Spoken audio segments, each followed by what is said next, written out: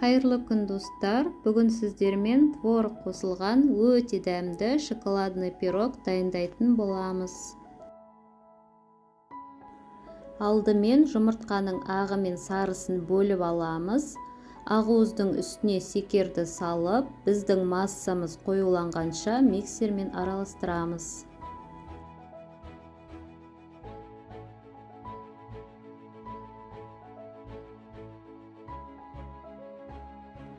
Сарыуыздың үстіне ванильный сахарды салып, шамамен 1 минут аралығында миксермен араластырамыз. Кейін үстіне ерітілген шоколадымызды салып, араластырамыз.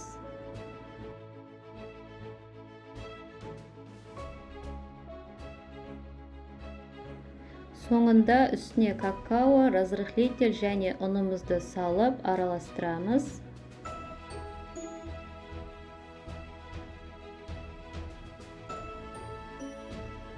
Кейін үстіне ақуыздың жарты бөлігін салып, қайтадан миксерлейміз.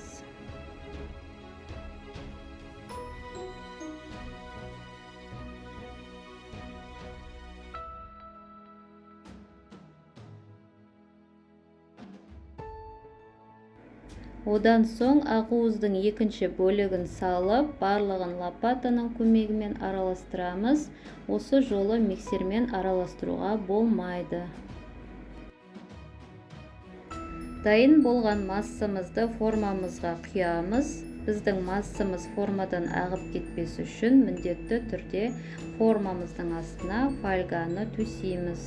Менде форма диаметрі 20. Енді творожные шарики дайындаймыз. Ол үшін творогтың үстіне сарыуыз, қант, крахмал және де кокосовый стружканы салып, барлығын қасықтың көмегімен араластырамыз. Миксерлеуге болмайды, егер миксермен араластырсаңыздар, сұйық болып кетуі мүмкін. Дайын болған массамыздан кішкентай шариктер жасап, кейін пирогымыздың бетіне қойып шығамыз.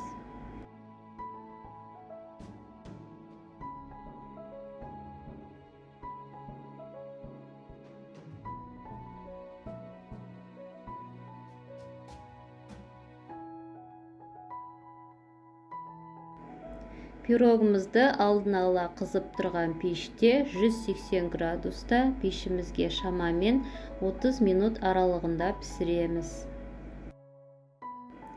Дайын болған пирогымызды суығаннан соң формасынан шешетін боламыз. Пирогымыздың бетіне ерітілген шоколадты құйып шығамыз.